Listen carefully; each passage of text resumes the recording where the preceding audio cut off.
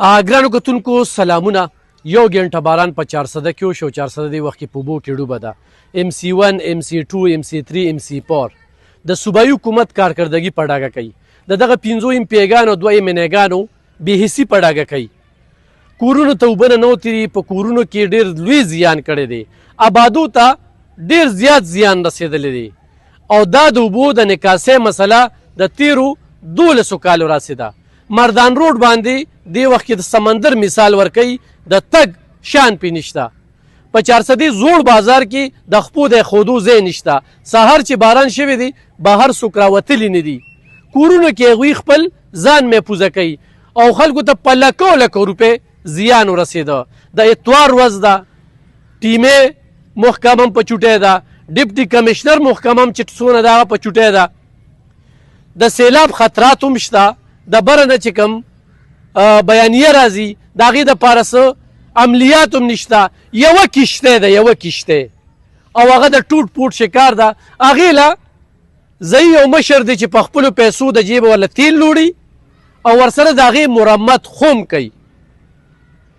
زه دغه پښتنو ته وایم چې د ترقۍ عمل نه وینې، د صفایۍ عمل نه وینې، د روزګار عمل نه وینې، انصاف نه وینې، امن نه وینې، نو لکه تاسو بیا چا پسې شوي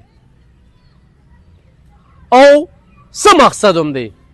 دې وخت کې د 400 ډېر بد حال دی او هغه خلک چغې وایي کم خلکو چې اوټونه ورکړي دي، د هغې خلکو کورونو ته زیانونه رسېدلي دي، کمو خلکو چې ورله کمپینونه کړي دي.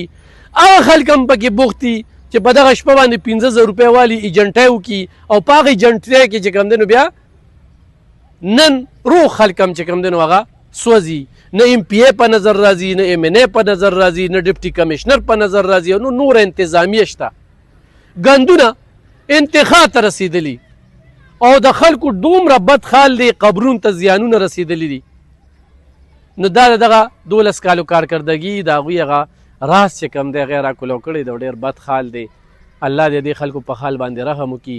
دغه د بېباک رای خبرې وې چې موږ تاسو سره شریکې کړې چې دې وخت کې 400 کې د ترقۍ عمل خو د سره په نظر نه راځي او خو یو سړی و چې دلته کې ترقي شوې ده نو لږ د را سره کینی او چیلنج سره وایم چې د سره د ټس نه مش شوي نه دي او صرف د دې خلکو سره غم دی. د رخایي باید موږ سټو، رخایي به موږ خورو، خو چې کومه خبره کوي نو رخایي نو دا نمونې چې کوم دي اسمبلۍ ته تلي د دوی چې کوم کار دی ولې هغه کار نه ترسره کوي. نو خو چېرې 400 کې دې نکاسۍ د صورتحال ته توجه ونه شوه نو 400 کې به ډېرو خلکو آبادو ته راتلونکي وخت کې یو ډېر لوی زیان ورسي. دې وخت کې 400 د خیالي پول د خطرې سره مخ دی او ډېر زیات مسایل دي. خو یو ګنټه باران شوی دی، په یو ګنټه کې چې خلکو ته کم زیانونه رسېدلي دي او اورېدلي دي نو هغه انتخاب ته رسېدلې ده. خو دې وخت کې 400 یتیمه او یسیره ښکاري.